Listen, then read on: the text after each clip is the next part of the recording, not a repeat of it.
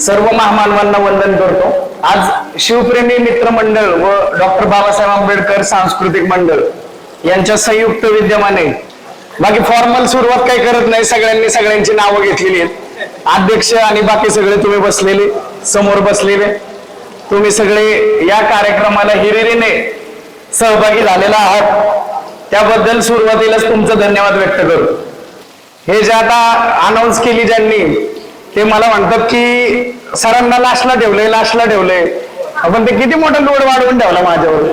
आता यांच्या पोटात कावळे ओरडत असतील ते वेगळंच आहे की नाही, आणि मग त्यात मी काहीतरी आणखी यांना शिकवायला जायचं, तर हे सगळे सरकारी माणसं ऑलरेडी टिपण्या बिपण्या लिहून यांच्यात ऑलरेडी शानपण आलेलं आहे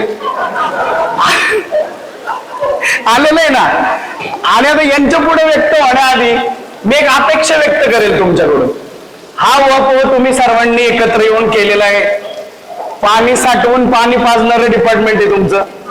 म्हणलं आता आपण काय नेमकं बोलायचंय, पण मला जे जे काही सुचलं इथं बसल्यानंतर तेच मी बोलणार। युजली मला लोक विचारत असते, सर हातात काही चिठ्ठी नाही, काय नाही, कुठले मुद्दे बोलणार, कसं काय, काही संबंध नसतोय।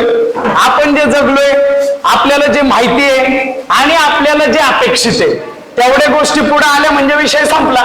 जास्त तुम्हाला फिलॉसॉफिकल सॉक्रेटिस काय बोलला, मॅकेवली काय बोलला आणि नंतर असलं काय कोणाला काय पचनी पडत नाही, मला कळून चुकलेले। आम्ही वाडिया कॉलेजचं स्टुडंट आहे, आमच्या कॉलेजमध्ये असलं की आम्ही गायब असायचो। Koregaon park camp, FC road, सरांच्या तिकडे। अपेक्षा अशी आहे की पुढच्या वर्षीच्या वेळेस तुम्ही अशा पद्धतीने ही संयुक्त जयंती कराल, तेव्हा त्या जयंतीला सहकुटुंब सहपरिवार या। हे नोट करून घ्या, माझा सल्ला किंवा माझी अपेक्षा। काही नाही, थाळ्या वाढतील, ते जेवण मावशांना त्या चपात्या थोड्या जास्त थापाव्या लागतील, याच्या पुढे काय होणार नाही। आणि कॉन्ट्रीब्युशन तुम्ही जोरदार देत असणार, मला माहिती देताय ना, का हाणून मारून आणलं इथं जयंतीला। समाज कल्याण म्हणजे आम्ही रुटीनला असले सगळे कार्यक्रम घेत असतो। जिल्हास्तरीय महामानवांच्या सगळे जयंत्या करणं आणि सगळे इव्हेंट्स ऑर्गनाईज करणं, हे सगळं माझ्या खात्याकडे। वेगवेगळे विषय आमच्याकडे हाताळले जातात। सुरुवातीलाच मी जेव्हा विचारलं आपल्या अधिकाऱ्यांना, त्यावेळी समजलं की जास्त पब्लिकचा कॉन्टॅक्ट येत नाही तुमच्या या विभागामध्ये, आहे की नाही। तर म्हणलं आपण ज्या दोन महामानवांच्या संयुक्त जयंतीला इथे एकत्र जमलोय, त्यांनी त्यांचं जीवन जगत असताना आपल्याला शिकवण दिली, जो ठेवा आज आपल्याकडे आहे तो आपल्या आचरणात आहे का याचा पण वापर झाला पाहिजे। मागाशी तिथं ते मागे बसलेले सर जरा त्यांनी काल पोहोचायचा प्रयत्न केला, तेव्हा तिथं बसले, मला लय भारी वाटलं त्यांचं भाषण। म्हणजे सगळ्यांपेक्षा सगळे आपलं पोट कौतुक करतात, नाही का, चांगलं बोलतात। मी काय म्हणतो, सगळ्यांनी गुलू बोललं तर मग ते कारल्याचा उपयोग काय, आहे की नाही। सगळेजण जिलबीन लाडून पेढात खात बसतील, त्याचा काय उपयोग नाही, आजारी पडतं माणूस। मग आपल्याला या महामानवांनी दिलेले विचार, आता ते परिवाराचं मी तुम्हाला का बोललोय माहितीये का, कारण माठातलं पाणी कोण कोण वापरतं घरी, का सगळे फ्रीजवाली आहेत, फ्रीजवालीच आहेत सगळे। म्हणजे मी बायकोला आवर्जून सांगितलंय, बाबा माठ ठेवत जा आपल्या घरात। मग त्याच्यावर एक उदाहरण मला आठवलं, घडलेलं मडकं कधी आकार बदलेल का, बरोबर नाही, लईट त्याच्यावर पेंटिंग डिझाईन हे ते टिकल्या चिटकव हे काहीतरी करता येईल, आकार बदलेल का ते मूळ आकार नाही। मग तुमच्या पुढे आम्ही डोकं फोडून काहीच उपयोग नाही, मलाही माहिती। हात वर करा बरं सगळ्यांनी, अरे हात वर करा ना, उजवा हात खाली करा। सगळ्यांच्या हातात वेगवेगळे अंगठे आहेत। आपल्याला जी शिकवण या महामानवांनी दिली आहे त्यातला महत्वाचा मुद्दा आहे विज्ञानवादी दृष्टिकोन अंगीकारा।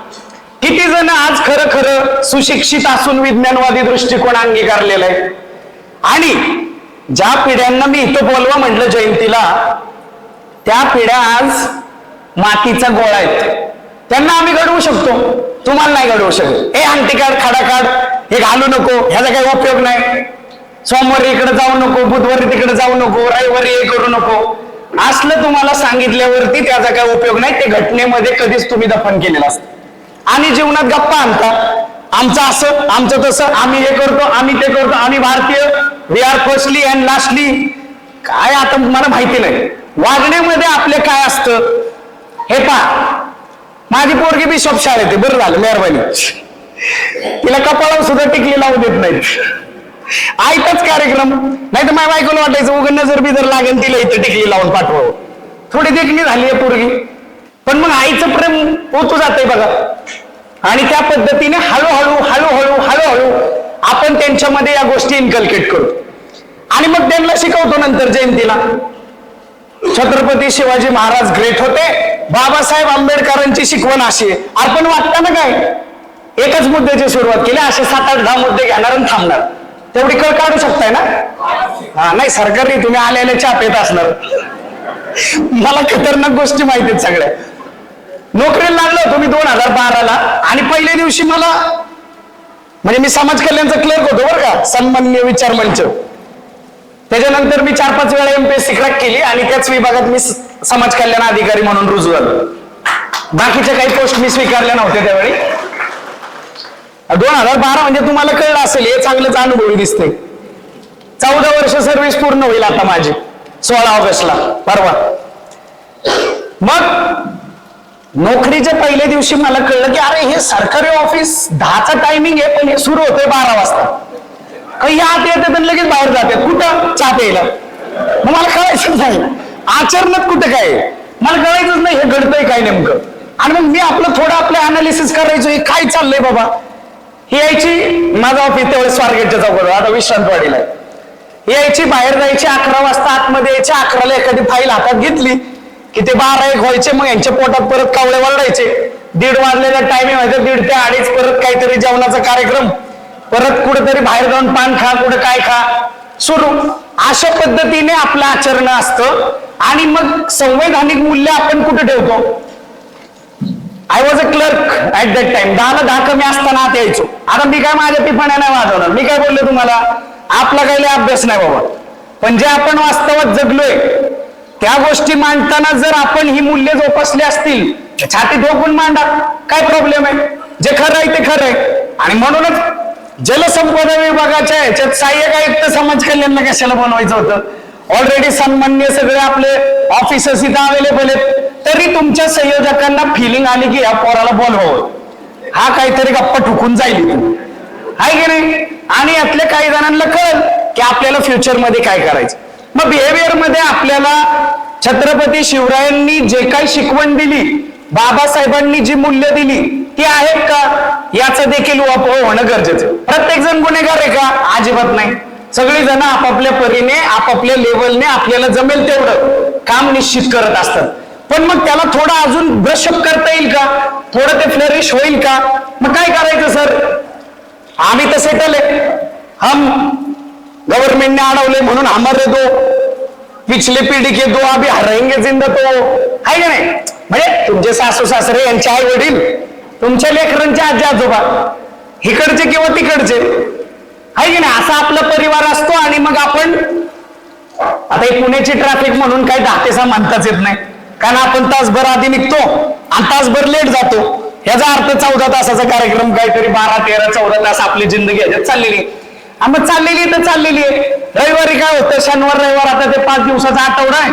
आता तर ते मी बघितलं मेसेज, 13 तारीख को ये, 14 तारीख को ये, एक दांडी मारो, फिर 15 तारीख को फ्लॅग होस्टिंग किधर को भी करो आणि जाऊ निकल गे. असं मी मेसेज वाचलं ते व्हॉट्सअप युनिव्हर्सिटीवर. आता 7-8 दिवसाच्या सुट्ट्या लागोपाठ म्हणल्यावर त्या कोकणात काही सगळा समुद्र आटवायचंच काम आहे. सगळीजण तिकडं लोणावळ्याला, भंडारदऱ्याला, इकडं तिकडं जवळ 100 किलोमीटरचाच कार्यक्रम करतात. आणि आपलं तिकडं सगळ्यांचं गुण्यागोविंदाने चालतं. लक्षात घ्या, समाजाप्रती आपल्याला जे भान जपलं पाहिजे ते म्हणजे तुमच्या फायली सहाय्य करणं नाहीये, त्याचा पगार मिळतोय तुम्हाला, समजते. आणि ते करणं म्हणजे तुम्ही काही लय बाजीराव लागून गेलेलं नाही किंवा लय धुरंधर नाही. तुम्हाला एक्स्ट्रा ऑर्डिनरी काहीतरी करावं लागेल. मग कसं करायचं सर, आमचं तर व्यवस्थित चाललंय. अरे बाबासाहेब त्यावेळी म्हटले होते तुमच्या उत्पन्नाच्या 20वा हिस्सा द्या. 20वा हिस्सा 5% येतं का ते, 20-5 5%. मी म्हणतो तुम्ही ते उत्पन्नाच्या काही देण्याच्या लायकीच्या युगातले नाही. पण आज खरं पाहता आजूबाजूला जेव्हा आपण या गोष्टी गुंडाळतोय तेव्हा आपल्याला या गोष्टी खरंच जाणवून येतात की सगळी जनता अक्कलपोटी झालीये. झाले, परंतु काही नावं आपल्या समोर येतात. पण तुम्हाला माहितीये आजूबाजूला ही नावं आहेत आणि त्यांच्यामुळं आठवत आहे ना, कधीतरी रशियाला वाटलं होतं अण्णा भाऊ कोण आहेत, आपल्याला जरी नसेल वाटलं तरी, आणि त्यांना त्या माणसाला शोधावं लागलं आणि त्या माणसाला शोधल्यानंतर कळलं की असा हिरा आपल्या देशात जन्माला आलेला आहे आणि तो अशा पद्धतीने या पटलावरती त्याचं नाव लौकिक आहे. मग आपण काय करू शकतो, छोट्या छोट्या ऍक्टिव्हिटीज. एज्युकेशन वाघिणीचं दूध आहे, जो पिणार तो गुरगुरणार, अशी सगळी वाक्य आपण वाचलेली, भिंतीवर बघितलेली, शाळांमध्ये पाहिलेले, अपकमिंग पिढ्यांना आपण सांगत बसतोय. आचरणात कधी येईल? मग आपल्याला जर एक्स्ट्रा ऑर्डिनरी काही करता येत नसेल तर आजूबाजूच्या कुठंतरी, तुम्हाला माहितीये एक बिल्डिंग दिसली की त्याच्या बाजूला 4 झोपडपट्टे आहेत, बरोबर आहे. एक सोसायटी असली की त्याच्या पलीकडे 10-12 झोपडे आहेत. पुढे थोडं गेला माळरान लागला की तिथे पाले टाकून राहणारी लोक आहेत. या सगळ्यांच्या आपत्त्यांना एज्युकेशनची जाम गरज आहे. आणि तुम्हाला माहितीये गव्हर्नमेंट, गव्हर्नन्स आणि रिअल पब्लिक याच्यामध्ये किती मोठी तफावत आहे हे तुम्ही सगळे जाणता. आता हे याचे रिझन्स वेगवेगळे आहेत आणि त्या लेवलचे रिझन्स आहेत म्हणून आपल्याला वेगवेगळ्या संस्थांच्या मदती घ्याव्या लागतात. एनजीओज असतात, स्वतः काम करणारी पथकं असतात, आहे की नाही. आजकाल तर सकाळी एकत्र येऊन चालायला जाणारी माणसं सुद्धा समाजसेवेत उतरलेली. मी त्या तळजाईला बघितले, हे ग्रुप ते ग्रुप, ग्रीन फॉरेस्ट, दुनियादारी, वॉकर्स, टॉकर्स, सगळे ग्रुप्स आहेत. आणि ती लोक पण छोट्या छोट्या ह्याच्यात ना आपल्याला समाजामध्ये असलेले जे काही आपण गरजा भागवू शकतो ते करतात. म्हणून प्रत्येकाला एक सल्ला की बेसिक गोष्टी छोट्या छोट्या लेवलला एखाद्या मुलाला त्याचं एज्युकेशन पूर्ण होईल इथपर्यंत दत्तक घेणं छोटी गोष्ट आहे. तुमच्यासाठी ते 5-10 हजार रुपये असेल महिना, परंतु त्या फॅमिलीसाठी ते अपकमिंग पिढी सुधारवण्याचं एक बेस तयार होईल आणि अशा पद्धतीने तुम्ही या महामानवांचे विचार रिअल मध्ये समाजामध्ये पेरू शकाल. मागच्या 1-1.5 महिन्यापूर्वी माझ्याकडे एक जोडपं सर त्या याच्यामधून एंटर झालं माझ्या केबिन मध्ये. त्या माणसाला पाहिलं मला कळलं ह्याला HIV झालेलं. बघा आता 15 वर्ष अधिकारी मी केबिन मधून धड आत नाही येतं, मुंडकं जरी आत आलं तरी मला कळतं हे का आलंय. आलं पाहिजे तेवढं, जर तुम्ही रोज तेच काम करताय तर. तो माणूस आला, त्याच्या मागे त्याची बायको आली, मग सुरुवातच केली, साहेब मी HIV बाधित आहे. बघा मला कळलं, तो खांगलेला दिसला ना पूर्ण, त्याला बोलताना धाप लागत होती. मग त्याची बायको आली, म्हणलं ताई तुला पण आहे करा, तर ती म्हणली हा साहेब मला पण आहे. त्यांच्या मागणं त्यांचं बाळ आलं, एवढेच असं 4 वर्षाची पोरगी, 4-4.25. ते बाळ आलं आणि मग आता मला राहाव आहे ना. मी म्हणलं बाळाला पण HIV आहे का? ती म्हणली नाही. मला जरा बरं वाटलं. आता किती अधिकारी असलो किती मेकॅनिकल असलो आपण तर इंटरनल फिलिंग तर असतात ना, आणि आपल्याला तेवढं जर नसेल तर मग काय बाबा मशिनरी बनवून तिथं कुठं तर म्युझियम मध्ये राहिलेलं बरं आहे की नाही. मग मी विचारलं तर बाळाला HIV नाहीये. मग मला आता प्रॉब्लेम काय? सर जातीचा दाखलाच मिळत नाही आम्हाला. म्हणलं तू कोण आहे बाबा? ते म्हणला सर मी महारे बुद्धिस्ट आहे. ही बताई कोण आहे? ते म्हणलं ती मराठा आहे. बरं ठीक आहे, दाखला का नाही मिळत? बापाच्या ह्याच्यावर दाखला मिळाला पाहिजे. म्हणलं नाही सर आमचं मी अनाथ आहे. तो व्यक्ती बोलला.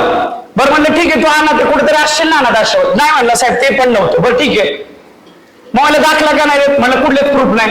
बरं ठीक आहे, म्हणलं मी SDO ला पत्र लिहितो. मी लिहिलं, त्याचा अर्ज घेतला, SDO ला पत्र लिहिलं, SDO कडे गेला, त्याला SDO दाखला दिला, ते आलं रिटर्न माझ्याकडे.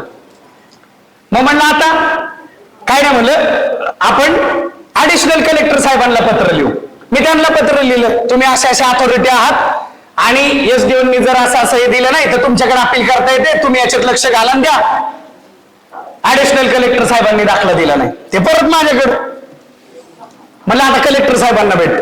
आता म्हणलं मी काय त्यांना पत्र देऊ शकत नाही, लयत लय सांगतो बाबा हे सर असा असा विषय. मग ते गेला कलेक्टर साहेबांना भेटला. कलेक्टर साहेबांनी फोनवर सांगितलं याला दाखला दिला गेला पाहिजे वगैरे वगैरे. तरी खाली त्याला दाखला मिळाला, ते आला माझ्याकडे. म्हणलं आता बघ दाखला जाऊ दे, प्रॉब्लेम काय? पोरीचं एज्युकेशन. मग म्हणलं पोरीचं एज्युकेशन आहे सर, पण मग तिला कुठलीच बेनिफिट मिळत नाही, काय नाही, असं नाही तसं नाही. यांचेच विचार पाजरायचे ना आपल्याला. जयंती म्हणजे गप्पा आणणे नाही. रिअल मध्ये रोज काम करणे म्हणजे त्यांची जयंती, मला असं वाटतं. समजलं? मग आता पोरीचं ऍडमिशन काय, आता आई बाप तर 2, 5, 10 वर्षात मरणार आहेत. तो खांगलेला मला वाटतं 2.5, 3, 4 वर्षात मरल, आई 10-12 वर्षात मरल, पोरगी पुन्हा अनाथ होणार आहे. आता काय आय डोंट नो, काय घेतलं कोण डॉक्टर बिक्टर आहे का काही, याच्या काय टेक्नॉलॉजी आली असेल नसेल, इथं बसलेत, लाईफ स्पॅन वाढला असेल, मला काय माहित नाही, वाढलाही असेल, चांगली निगराणी, चांगलं हे टोफू खा, हे खा, ब्रोकोली खा, दुनिया खा. पण आमच्या गरिबांकडे तसलं काही नाही ना, मॉल फिल्म मध्ये जायचं, ते आपलं रोज भाकरी हे खाते आणि लवकर मरतंय, आहे की नाही? सामाजिक न्याय प्रस्थापित करायचा आहे ना आपल्याला. मग कसा? मी एका शाळावाल्याला फोन केला. आता अधिकारी म्हणून काम करत असताना जर मी माझ्या फायली सहाय्य करत बसलो तर मग कुठला सामाजिक न्याय? मी माझ्या ओळखीतल्या एका त्रयस्थ शाळावाल्याला फोन केला, बहुजन कल्याण विभागाकडे असलेली ती शाळा. म्हणलं सर, हिला या विद्यार्थिनीला असं असं बॅकग्राऊंड आहे, आपल्याला तिला शाळेत ऍडमिशन द्यायचंय.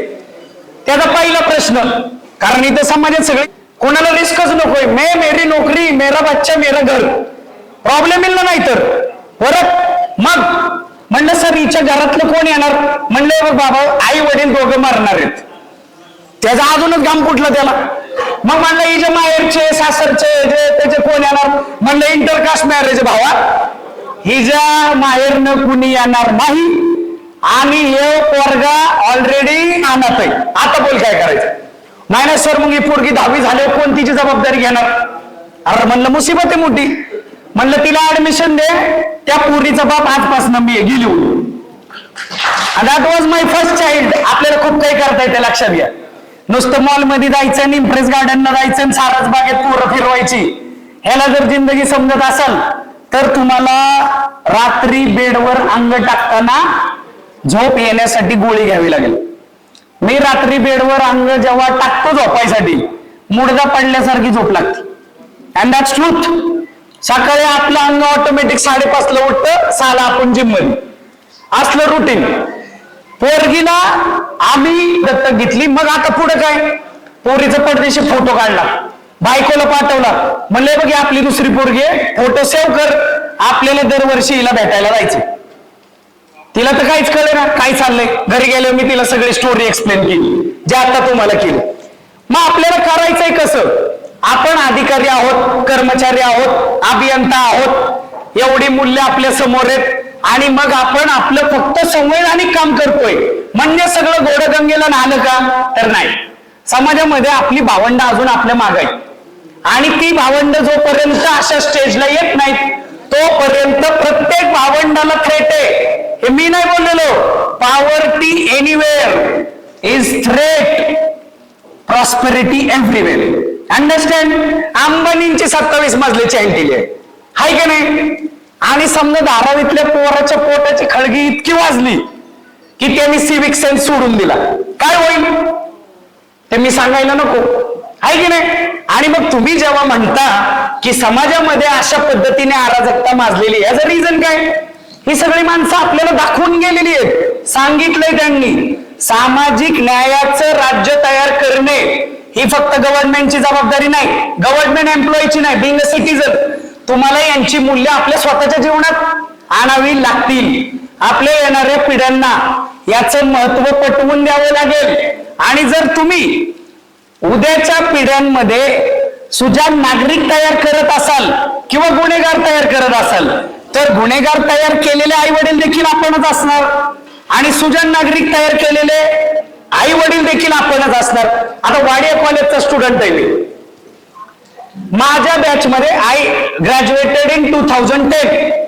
माझ्या बॅच मध्ये स्वप्नील नावाचा एक पोरगा होता. माझ्या बघा, आता तुम्हाला एकदम सिंपल उदाहरण सांगतो. माझ्या बॅच मध्ये स्वप्नील नावाचा एक पोरगा होता. बघा, आता आम्ही दोघेही वाडिया कॉलेजचे. आता वर्षभरापूर्वी नॅकची कमिटी आली होती वाडिया कॉलेजला आणि वाडिया कॉलेजमध्ये 2 अल्युमनी बोलवले. ते अल्युमनी कोण कोण? एक 1983 बॅचचा आणि एक 2010 बॅचचा. आता हे जिल्ह्याचा सहाय्यक आयुक्त आहे, सगळ्या महाविद्यालयांचे 500 कोटी माझ्याकडनं स्कॉलरशिप जाते हे त्यांना दाखवायचं होतं. एक 83चा अल्युमनी होता, तो होता बुधानी वेफरचा मालक. मी जे झोपडपट्टीत जन्माला आलोय, कधी गांजा सापड, कधी मुंडकी उडव, कधी काय कर, असलं आमचं लहानपण. आणि मग त्या झोपडपट्टीतनं सहाय्यक आयुक्त तयार झाला की मिरवायचं. म्हणून आपल्या सर्वांचं हे आद्य कर्तव्य आहे की आपल्या अपकमिंग पिढ्या यांच्या विचारांच्या तयार होत्या. रोज जयंती, रोज चांगलं पोरग पोरगी जन्माला आलं की यांची जयंती रोज होती असं समजायचं. समजलं? मग आपण हे कसं करू शकतो?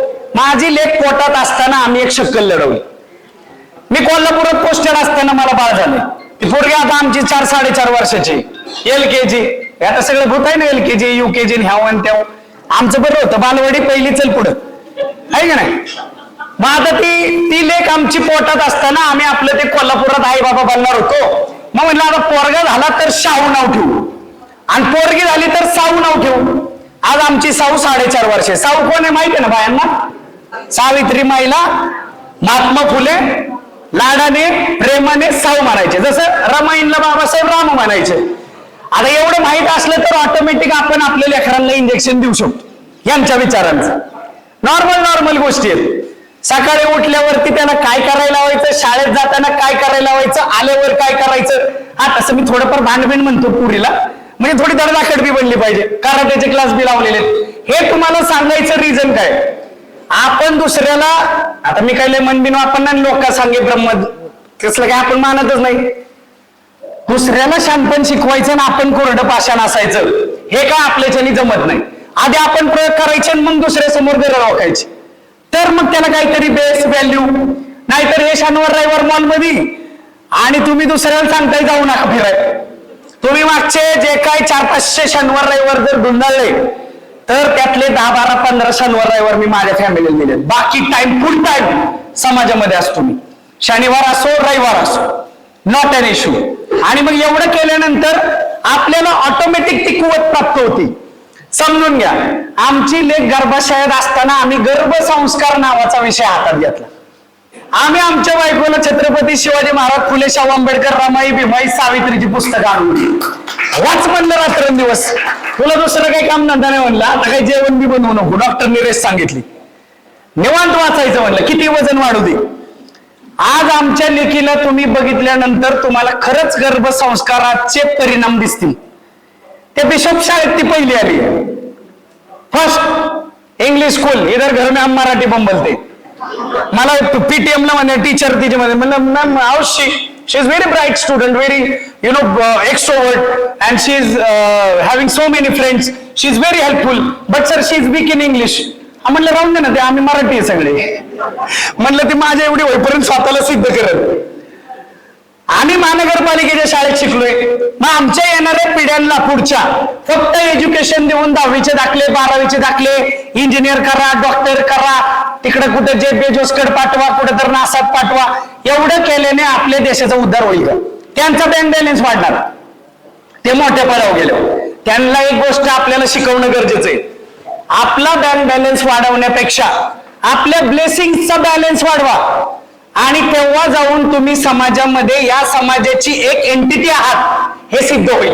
नाही तर मी म्हणतो असं जर जीवन जगायचं असेल तर कुठंतरी किरीबाती बेटावर जाऊन बसलं पाहिजे. मस्त विषुववृत्तावर आहे, अर्धा दिवस ते 12 तास दिवस, 12 तास रात्र, दिवस रात्र पाऊस, रोज लोणावळ्याचा फिल्म, सकाळी ऊन, संध्याकाळी पाऊस, एन्जॉय, झाडावर घर बांधा राहा, एखाद्या वेळी एखादा पायथनील गिळल, तुमचा कार्यक्रम सेट. असली जिंदगी जगण्यापेक्षा या महामानवांनी आपल्याला जे शिकवलंय ते आपल्याला आचरणात आणणं गरजेचं. उद्या तुम्ही ज्येष्ठ नागरिक होणार का? ते मागाशी मामा बड्डेला आला, त्यांना विचारलं किती मामा सर्व्हिस राहिली, ते म्हणले खालाच झाली सर्व्हिस. म्हणजे आपण उद्या ज्येष्ठ नागरिक होणार. मग आपण जे बिहेवियर आज करतोय उद्या आपल्या येणाऱ्या अपकमिंग पिढ्या तेच करणार. आणि तुम्ही म्हणताय की महाराजांच्या काळात शेतकऱ्याच्या देठाला हात लागणार नाही असा, तर तुमच्याशी माझी गाठ आहे असं महाराज म्हणत होते. पण आज गरज काय? त्या गोष्टींवर कॉन्सन्ट्रेट करा. असले केसेस येतात माझ्याकडं समाज कल्याणचा सहाय्यक आयुक्त म्हणून, आपल्या आई बापांना समजत नाही आणि तुम्ही कुठल्या गप्पा आणताय जयंतीला? काय उपयोग आहे त्याचा? आपले म्हातारी जर गोळ्यांपासून वंचित आहेत, त्यांना जर आपण जेवण देऊ शकत नाही तर आपण गप्पा मारण्यामध्ये मजा नाही. समजलं? आपण या गोष्टी जेव्हा इन्कल्केट करू तेव्हा आपण आपल्या समाजाप्रती जागृत आहोत. अशा जयंत्यांना येऊन बसून काहीतरी सिद्ध करतोय. नाही तर इथून उठायचं आणि सासवर नाक पण मुरडायचं. काय उपयोग आहे? आता तुमचं उदाहरण लय ताज असतं म्हणून तुमचं देतो, नाही तर हे बी काही लय शहाणी नाही, आहे की नाही? त्यामुळं तुमचं कसं चालतंय हे डेलीचं उदाहरण आहे की नाही? त्यामुळं तसं असं जर असेल तर आपल्याला या गोष्टींवर कॉन्सन्ट्रेट करणं गरजेचं आहे. आपलं जे बिहेवियर आहे तेच इनकल्केट होतं, वेगळ्या कार्यशाळा घेण्याची गरज नाही. मुलींच्या बाबतीत घडणारे गुन्हे, तुम्ही म्हणता महामानवांनी आम्हाला घटनेत हे दिले, राजांच्या काळात अशा पद्धतीचा समाज होता, पाटलाचा चौरंग केला आणि सगळं मान्य आहे. आज काय गुन्हा करणारा हत्तीच्या कानात आलेला आहे का? मम्मीच्या पोटातनं झालाय ना, मग त्याची मम्मी कुठं चुकली हे बघायला पाहिजे. आणि मग जर त्याच्या मम्मीला ती अक्कल नाही, त्याच्या पप्पाला जर त्याला तसं घडवता आलं नाही, तर गुन्हेगार कोण? गुन्हा करणारं पोरग का त्याच्या मागच्या पिढ्या? आपण म्हणतो ना संस्कृतीचं जतन करा आणि आपल्याला दिलेला वारसा पुढे न्या. अरे धागे दोरण इकडन तिकडन दतिंग करणं, कोंबडं कापणं, बकरन दुनियादारी, ह्याच्यापेक्षा महामानवांनी जे खरे विचार दिले ते पुढे घेऊन जाण्याची कुवत आपल्यामध्ये ठेवा. आज अशा पद्धतीने ज्या बाबी आजूबाजूला घडतात त्याच्यावरती विचार मंथन किती होतं आणि अशा पद्धतीने त्यांना चांगल्या गोष्टींसाठी प्रवृत्त करण्यासाठी किती जण पुढे धाजवतात, असं कदापि होताना दिसत नाही. कोणीतरी एनजीओला कनेक्ट असेल, कोणीतरी एखादी संस्था असेल, तर एखाद्या कार्यक्रमाला गेलात तर अरे मी म्हणतो रस्त्याने चालताना तुम्ही समाजाप्रती आपली असलेली जबाबदारी उचलू शकता. काय करायचंय तुम्हाला? काहीच नाही, माणसांशी बोलायचंय, ह्याच्या पुढे काही नाही. त्यांना 4 शब्द चांगले बोललं, चांगलं सांगितलं, चांगलं शिकवलं, 10 पैकी 1 जण चांगल्या मार्गाला लागला तरी देखील आपल्या एक्झिस्टन्सचा इथं काहीतरी समाजाला उपयोग होईल. समजून घ्या. अॅट्रॉसिटीच्या केसेस आजही पुण्यासारख्या जिल्ह्यामध्ये वर्षाला 500चा ऍव्हरेज आहे. तुमची अक्कल बंद होईल. गेल्या 7 वर्षामध्ये 135 मर्डर केसेस आहेत माझ्याकडे. त्यातले 55 जणांना आम्ही आता नोकऱ्या दिल्यात. अभिमान वाटतो मला त्या नोकरीच्या ऑर्डरवर सही करताना. समजून घ्या, मी अशा विभागाचा सहाय्यक ऐकतोय ज्या विभागाचं नावच सामाजिक न्याय आहे, ज्याच्यासाठी तुम्ही तडफडता या जयंत्या साजऱ्या करण्यासाठी. समजलं? तो विभाग 1932 साली बाबासाहेबांच्या पुढाकाराने स्थापन झालाय आणि त्या विभागाचा पुणे जिल्ह्याचा सहाय्यक ऐकतोय. Very proud feeling. अशा लेवलला जाऊन जेव्हा आपल्याला काम करायला मिळेल, हे काय कुठलं पद मिळालं म्हणून नाही, तुम्ही पाटबंधारेचे असा, तुम्ही एसडीओ असा, तुम्ही तहसीलदार असा, तुम्ही कुणी असा, तुम्ही जेव्हा एखाद्या तुम्ही बँकर असा, अरे चांगल्या येणाऱ्या माणसाला बँकिंग सर्व्हिसेस देऊन त्यांचं भलं करा. आलेला प्रस्ताव नुसता तरी रिजेक्ट करायला बसलाय, मेरा ये असेट एनपीए हो जाएगा. अरे फिर तू काय को बँक मॅनेजर आहे, घर जाएगा निवांत होएगा असं असेल तर मग त्याला समाजाचा भाग म्हणणं चुकीचं राहील. ते स्वतःच्याच दुनियेमध्ये स्वतःचा एक विशिष्ट समाज निर्माण करून राहिलेले असतात. महामानवांच्या बद्दलचा अभ्यास करून तो पुस्तकात जर ठेवणार असाल तर मला वाटतं अशा जयंत्यांना उगा हाणून मारून आणल्यागत एकत्र येऊ नका.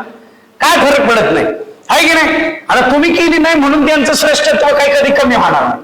ते already they are there on their places. आणि अशा प्लेसेसला आहेत की आता इथून पुढे 60, 65, 70 लाख वर्षांनी पृथ्वी नष्ट झाली, आहे की नाही? समजा पृथ्वी नष्ट झाली. आपण ते सगळ्यांनी वाचलेलं आहे. ती पृथ्वीची जड कशी उत्पत्ती झाली आहे ना, 450 कोटी वर्षापूर्वी कशी ग्रहमाला आली, ह्याव झालं त्यावेळेस. समजा तसं घडलं आणि परत ही जीवसृष्टी निर्माण झाली तर तत्कालीन कोण असेल ना, ते उत्खनन करणारी जनता, त्यांना ह्या 2 महामानवांचे पुतळे, मूर्त्या, प्रतिमा अख्ख्या जगात सगळीकडे सापडतील आणि त्यावेळेस ते ह्यांना देव डिक्लेअर करतील. शेवटी देवच करतील. ऐसी पागल जनता आहे हमारे पास. कळलं? त्यामुळं दैवीकरण, हिरोइझम या गोष्टी आपल्या अपकमिंग पिढ्यांना त्याच्यापासून परावृत्त राहायला सांगायचं. का? कारण छत्रपतींनी शेजारी जन्माला यावं, लय त्रास होतो. बाबासाहेबांसारखे हाल माझ्या लेकराचे नको. परदेशात जाईल पण तो गुलू राहील, हॅम्बर्गर खाईल, बर्गर खाईल, पोटाला पीळ पडू देणार नाही. आम्ही कर्ज काढणार, आम्ही बँकेकडे जाणार, ऋण काढून सण करणार. अशा पद्धतीने समाज इव्हॉल्व्ह होतोय. तुम्ही समाजाला ज्या यातनांनंतर महामानव घडले हे देखील दाखवून देणं गरजेचं आहे आणि हे प्रयोगांती दाखवणं गरजेचं आहे. तुम्ही जर फक्त त्यांना अशा पद्धतीने दाखवत असाल, सांगत असाल, प्रतिकात्मक गोष्टी त्यांना दाखवत असाल तर ते होणार नाही. प्रयोग प्रयोगशील राहिलात, स्वतःच्या आचरणात या गोष्टी आणल्यात, तर निश्चितच अशा जयंत्यांचे औचित्य साधून हे जे काही व्याख्याते तुमच्या समोर येत असतील, जे काही तुम्हाला शहाणपण शिकवत असतील, हे तिथल्या तिथं हवेमध्ये विरून जाणार नाही. समजून घ्या, जे काही आपण बोलतो, जो काही संवाद साधला जातो, हे अर्धा तासाने हवेत विरलेलं असतं. आपण आपल्या रुटीनला लागतो तेव्हा तिकडं सगळं शिजलंय. आता मावशांनी चपात्या पण भारी थापलेत. आता तुम्ही जाणार आणि त्याच्यावर तुटून पडणार आणि हे सगळं जाणार हवेत विरून. अशा गोष्टींचा उपयोग नसतो. छोटे छोटे प्रयोग तुम्ही कराल, आपल्या आजूबाजूच्या माणसांना सुद्धा त्याच्यामध्ये सामील कराल. तुम्ही येता जाता जी काही माणसांना मदत करू शकाल ती निश्चित कराल. आम्ही असं म्हणतच नाही की बेगिंगवाले चौका चौकात त्यांना तुम्ही रोज पैसे द्या, काय गरज नाही. ज्याच्या पोटात अन्न गेल्या 3 तासापूर्वी तो माणूस ह्या पृथ्वीवर जिवंत आहे. Simple, scientific. आता नसेल तर ते पडेल चक्कर येऊन. एखाद्या एचबी इकडे कमी असेल तर ते चक्कर येऊन पडेल. इकडे शुगर लो झाली की ते बंदकीने पडतंय. बरोबर आहे. म्हणजे जो जो इथं लाईव्ह एक्झिस्टन्स मध्ये त्या प्रत्येकाच्या पोटात अन्न आहे, हे फिक्स आहे, सायंटिफिक प्रूव्हन. त्यामुळं आपल्या वाट्याला जे काही येईल ते तुम्ही कराल अशी मी अपेक्षा व्यक्त करतो. माझं वय तुम्हाला किती वाटतंय? आय एम नाव 37. दरवर्षी आम्ही 40 पोरं दत्तक घेतोय. आमच्या उत्पन्नाचा हिस्सा आमच्या बापाने सांगितलाय खर्च कर समाजावर, आम्ही करतोय.